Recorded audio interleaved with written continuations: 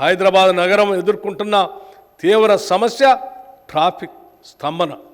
Private వాహనాల వినియోగం తగ్గించి పబ్లిక్ ట్రాన్స్పోర్ట్ వ్యవస్థని పటిష్టపరచడం ద్వారా ఈ సమస్యను అధిగమించడానికి అవకాశం ఉంది.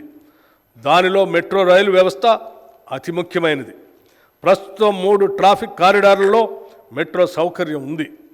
మెట్రో మొదటి దశలో కలిగిన అనుభవాల దృష్ట్యా ప్రభుత్వం 2వ దశ ప్రతిపాదనలను సమీక్షించి వాటిని సవరించి కొత్త ప్రతిపాదనను రూపొందించింది.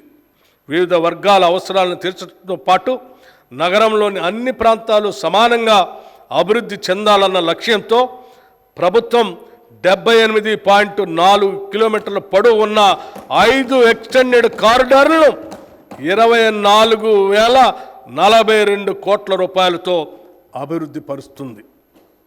ఇందులో భాగంగా మెట్రో రైలుని పాత నిందానం చేస్తాం. అలాగే ప్రస్తుతం ఉన్న కారిడార్లను నాగోల్ నుండి ఎల్బీ నగర్ వరకు విస్తరిస్తాం. నాగోలు, ఎల్బీ నగర్ మరియు చంద్రాయణగుట్ట స్టేషన్లను ఇంటర్చేంజ్ స్టేషన్లుగా అభివృద్ధి చేస్తాం. మియాపూర్ నుండి పటాన్ చెరువుకు, ఎల్బీ నగర్ నుండి హయత్ నగర్ వరకు మెట్రో రైలు సౌకర్యాన్ని పొడిగించాలని కూడా ప్రణాళిక సిద్ధం చేశాం.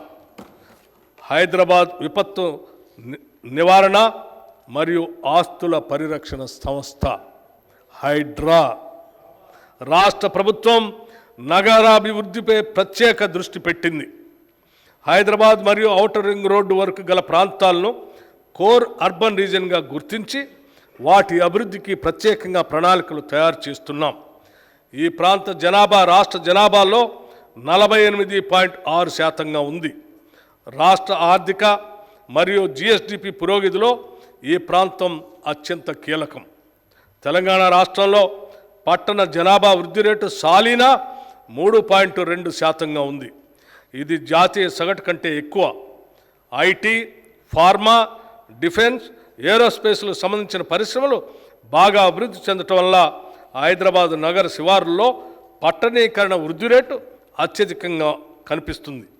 ఇది గత కాంగ్రెస్ ప్రభుత్వాల హైదరాబాద్ నగరాభివృద్ధికి చేసిన కృషికి ఫలితం.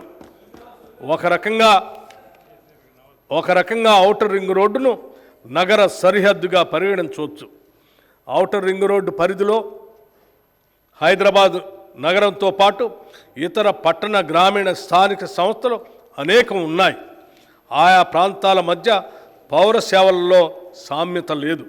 ఎయిర్పోర్ట్ వరకు మెట్రో విస్తరణకు 100 కోట్లు, ఔటర్ రింగ్ రోడ్డు కొరకు 200 కోట్లు, హైదరాబాద్ మెట్రో రైలు ప్రాజెక్టుకు 500 కోట్లు, పాత నగరానికి మెట్రో విస్తరణకి 500 కోట్లు, multi modal suburban rail transport system కొరకు 50 కోట్లు, మూసీ రివర్ ప్రాజెక్టు కొరకు 1,500 కోట్ల రూపాయలు ప్రతిపాదించాం.